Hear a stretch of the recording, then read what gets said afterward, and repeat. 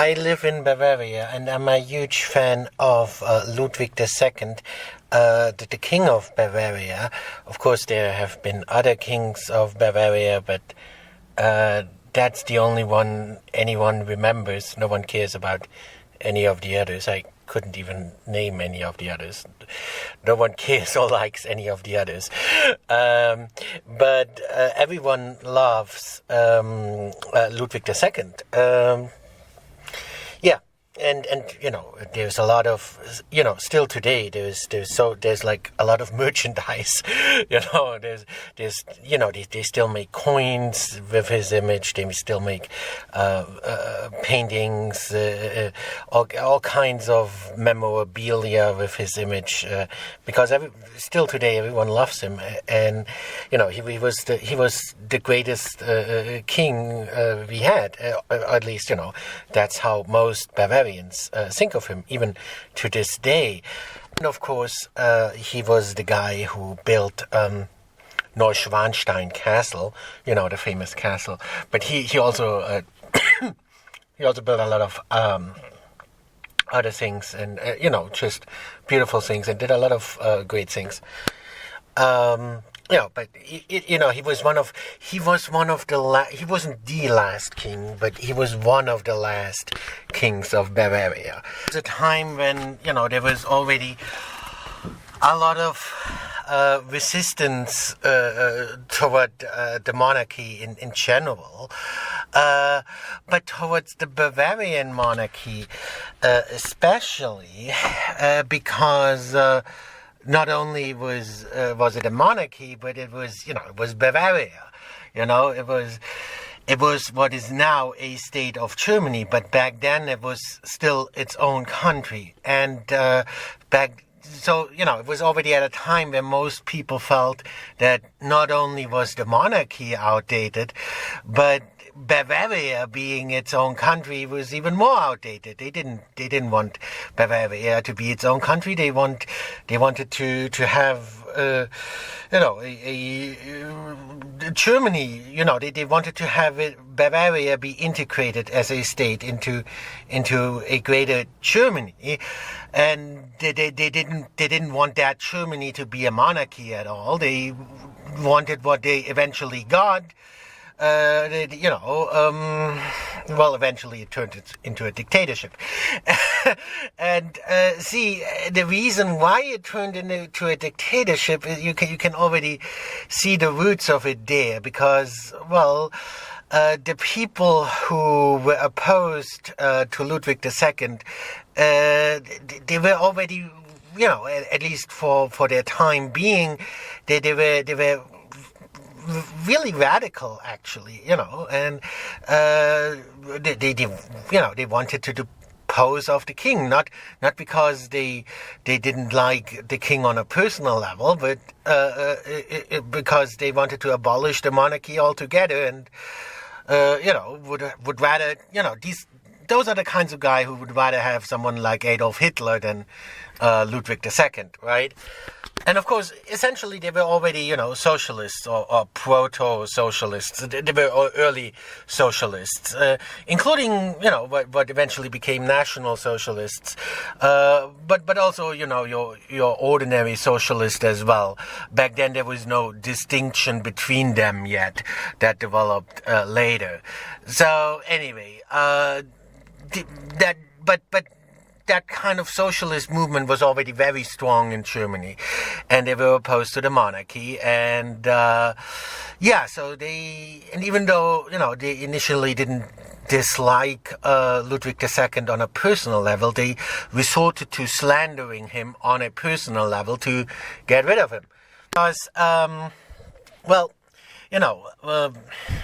Ludwig II was, of course, I don't think there was anything wrong with Ludwig II. And like I said, everyone actually loved him except for those socialist extremists. But he was basically, being the king, he was a conservative. And very much a traditionalist, and since the people themselves actually loved him, he was an obstacle for their plans of having, of abolishing Bavaria and abolishing the monarchy. He was a hindrance to their plans. So that's why they targeted him. But they couldn't just, outright get rid of him in whatever way. Because, after all, he was the king. He had a lot of security. He had the people that loved him. So they had to start out, like I said, by slandering him. And that didn't really work because the people still loved him. For example, one thing they slandered him with is they claim that that he built, they used Castle Neuschwanstein. That was one of the things they actually attacked him with, saying, he's building this extravagant castle, and he's using so much money to build that extravagant castle that no one needs, and he's stealing that money from the people to build his expensive castles, and that's all BS, because the money he used to build the castle, and any of his castles, was actually his own personal money. It was his personal wealth. It wasn't the money from the state at all. But you can see what angle they used, because the conspirators were socialists. They used that kind of angle, saying, "Oh yeah, he's an evil monarchist. He has too much money. He's squandering the money of the people," that kind of angle. Even though that wasn't true at all. And by the way, Schloss Neuschwanstein paid for its construction costs, which Ludwig paid from his own pocket, many times over. Just within a few years, it already paid for its construction costs many times over. Just with all the admission fees, with everyone seeing the castle. This is if that castle wouldn't exist, Bavaria would have been bankrupt ages ago, because that is one of their main sources of incomes, actually, because of all the tourists and so on. Of course, another thing they used to attack him was to claim that he was a homosexual. Now, that might not seem like a big deal today, but back then, homosexuality was still considered a mental illness. So they also used that angle to attack him. To great lengths, and they basically controlled the media back then. He was the king, but the conspirators basically controlled a lot of the other stuff. The problem was that the king had no outlet to inform the populace about his own opinions, because the press was basically controlled by the conspirators. That was one aspect. So the conspirators could just slander him in whatever way they wanted, and the king couldn't really do much about it because the press was controlled by the conspirators. As I said, they went through great lengths, even, forging, making a forgery of his diary and so on, and putting all kinds of stuff in there to slander him. So eventually they got a doctor to declare him mentally insane. And the doctor never actually examined him at all. He just said, "Oh yeah, he's mentally insane," without having examined or spoken with his quote unquote patient at all.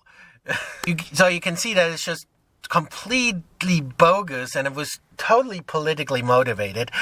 So anyway, they got that doctor to declare him mentally insane, and then they arrested him and basically brought him to a mental institution, so that they could dispose of him as king. So that he would be declared mentally unfit to be king. That was their goal. But that that didn't really work because he was not mentally unfit, and he tried his best to expose the conspirators for what they were, and he still had a lot of supporters, because, like I said, the people actually loved him, and the supporters, were planning to get the truth out about what's actually going on, and were planning to expose the conspirators. And of course, they were planning to rescue him. They had a boat ready to rescue him because where he was where he was kept, that was at a lake. So they planned to use a boat to cross the lake and free Ludwig. And so then he was shot. Of course, they didn't say, he was shot, but he had bullet wounds, but they tried to cover that up. So what probably happened is that, the people that were loyal to him tried to rescue him by boat. And when he tried to flee by boat, he was shot because, his body was then found in the water with bullet holes, which they covered up. But there are some reports on that. You can Google that. They just claimed, he's mentally insane, so he drowned. And killed his psychiatrist, which, of course, they also shot. Can't leave any witnesses, right? But, what actually happened, the truth about, what happened, it's just so obvious, but you couldn't talk about it. The king, actually, before he died, he tried to get a statement out to the press, saying, trying to expose the conspirators and, exposing all that. But because the press was controlled by the conspirators, they just, there was one issue that actually did get printed, but it never reached the public. The conspirators just, had the issues of that newspaper destroyed. And even though the people, even though the conspirators controlled the press, the people still kind of knew what was going on and knew that he had been killed, and that it was all done by conspirators. Of course, so nowadays it would be easy to, dismiss that, saying, it's just a crazy conspiracy theory. That's one way that's used now. But back then, they had a even more efficient method of silencing those people who try to get the truth out. They simply said, they simply said that anyone who claims that Ludwig II had been murdered commits high treason, which doesn't make sense because high treason is against the government. So, and Ludwig was the king. So why would you commit high treason by saying that he had been murdered if he hadn't been murdered by anyone in the government? So the very fact that is high treason is already kind of an admission that other people in the government were involved in his death, isn't it? But anyways, you were forbidden from talking about it, and people made songs about it, saying stuff like, there's one famous song, and it goes on and details his death, and it starts out with, on the mountains lives the freedom, in the valleys lives the jealousy, and then it goes on to detail what happened to Ludwig II. You couldn't sing those songs; they were outlawed for high treason, so you couldn't even sing about it. Of course, people still knew, and one way to get around that kind of censorship is to simply, talk about what happened, but not use the names. So, for example, you wouldn't say, it's about Ludwig II, because you're not allowed to talk about Ludwig II. So instead you use some historical figure from earlier times to whom something similar happened and who was involved maybe in a similar conspiracy and to whom similar injustice was done. And, so you just wouldn't use the names, but you could still kind of say the same thing without dropping the names. And that way you could go around, you could bypass that censorship.